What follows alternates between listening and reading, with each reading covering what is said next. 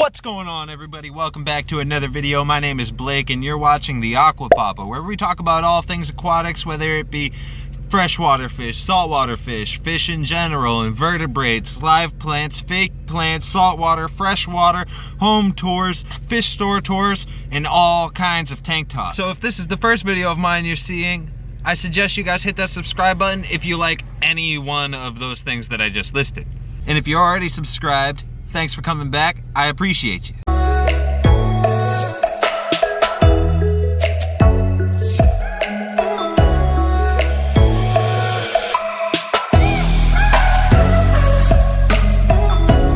You might be wondering why I'm in a car and not in front of a fish tank or looking at a fish tank or at a pet store or anything, and that's because I just came from the pet store and I wasn't going there to do anything other than drop fish off from one of my tanks, which this video was supposed to be about, but I ended up picking up some fish, so bang! 2-for-1 video for you. The first thing we're going to talk about, and I know you subscribers have been waiting, these red Texas pair that I have, one is female and one is male. This is their third time laying eggs, and it seems that he is not fertile, which is not a surprise.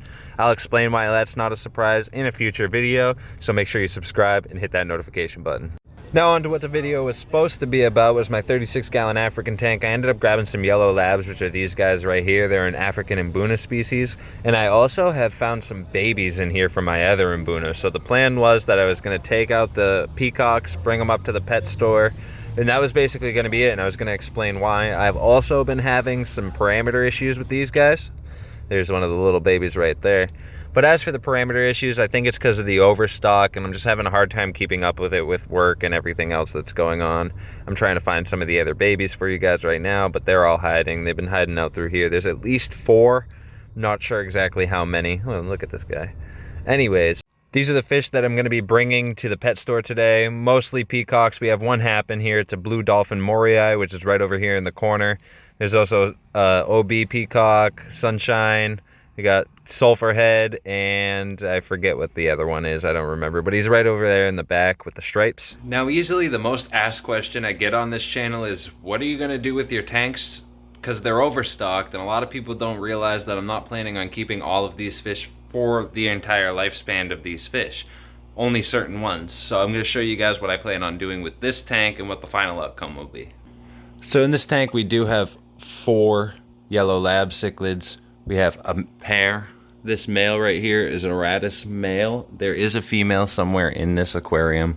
We also do have 3 red zebra cichlids and the frontosas, the red frontosas. End game for this tank is just to have a pair of frontosas in there. I do want to try to breed the red frontosa, so I'm hoping that the 2 I have so happens to be a pair, and if it is, that will be their forever home. Over here we have a full-blown mess. We had an algae issue and I turned the light off for a couple of days. Well, actually I took the light completely off because, you see, I got all these live plants and cactuses and I needed a light. So I put my Kessel light over here feeding the plants. And that left me without a light on the Nano aquarium. So I went ahead and I bought another one, and I'm gonna be doing a review on this. I've never done a review video before. They're not really my thing. I don't like to watch them so much. But this is a great alternative light that I'm noticing so far, so I figured I'd share that with you instead of spending a few $100s on like a Kessel light. It's more of a budget-friendly light. But back to this thing, we had an algae outbreak. I had the light off for a few days. Got this new light up here, put that back on, and it's 100 times better. I've been trying to keep up on the water changes to get this algae to go down, and it's slowly getting better. And as you guys know, a lot of things in the hobby are slow.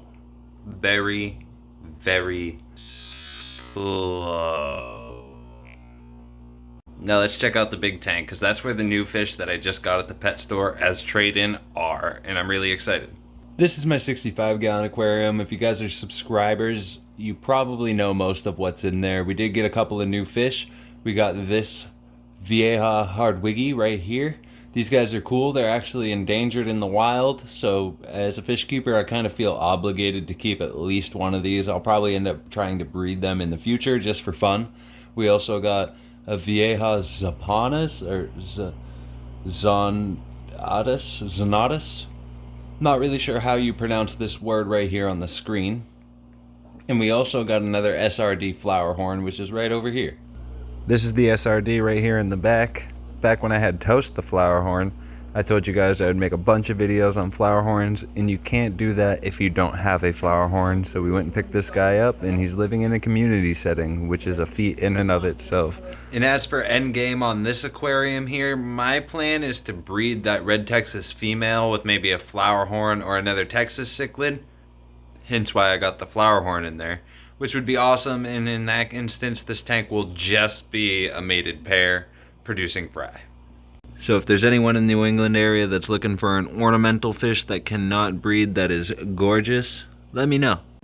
That's all I really got for you guys today. I hope you enjoyed the video. If you did, please hit that like button. Next week we're going to be tackling this here algae issue and probably do a little update on the fry we have. Don't forget to hit that notification bell so you can catch what we got next week on tap. Till next time, guys, peace.